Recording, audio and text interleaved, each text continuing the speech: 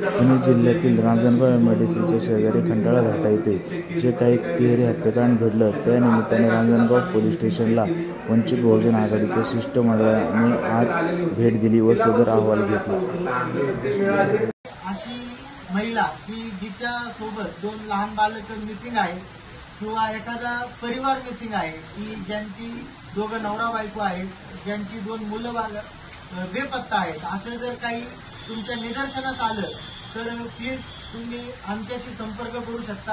महापुरुषांना स्वतंत्र सर्व महापुरुषांना त्रिवार संवंदन गेल्या 2 दिवसापूर्वी रांजणगाव एमआयडीसीच्या हद्दीतील खंडाळा घाटापाशी एक तिहेरी हत्याकांड घडलं होतं। ते तिहेरी हत्याकांड अशा प्रकारे घडले की त्यामध्ये एक 25 ते 30 वर्षाची तरुणी आणि 2 लहान मुलं, या मुलांची निगरून हत्या करण्यात आली। आता आपण या ठिकाणी रांजणगाव पोलीस स्टेशन मध्ये डीवायएसपी साहेबांना या ठिकाणी आपण भेटलेलो आहोत। भेटला असता लक्षात आलं की या ठिकाणी साहेबांचा या ठिकाणी पोलीस स्टेशनच्या सर्व कर्मचाऱ्यांचा चांगल्या प्रकारे तपास या ठिकाणी सुरू आहे, परंतु त्यांच्या हाती काही अजून चांगल्या प्रकारे काही सुगावा लागलेला नाही।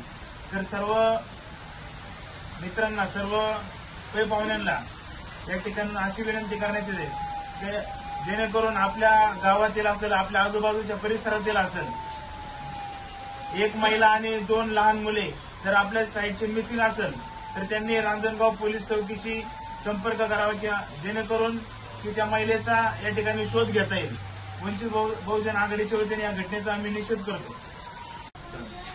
मित्रांनो, या घटनेमध्ये आपल्याला दिसून येते की लोकशाहीचा चौथा स्तंभ समजला जाणारा मीडिया, मग तो प्रिंट असो किंवा इलेक्ट्रॉनिक असो, कोणताही मीडिया या ठिकाणी दखल घेत नाहीये। म्हणून माझी पुन्हा एकदा सर्व समाज बांधवांना आणि माणुसकी असणाऱ्या माणसांना विनंती आहे की आपण हा व्हिडिओ, हा मेसेज जास्तीत जास्त लोकांपर्यंत शेअर करावा। संपूर्ण महाराष्ट्रभर हा मेसेज, हा व्हिडिओ पोहोचावा, जेणेकरून ह्या महिलेला व तिच्या 2 चिमुरड्यांना आपल्याला न्याय मिळवून देता येईल।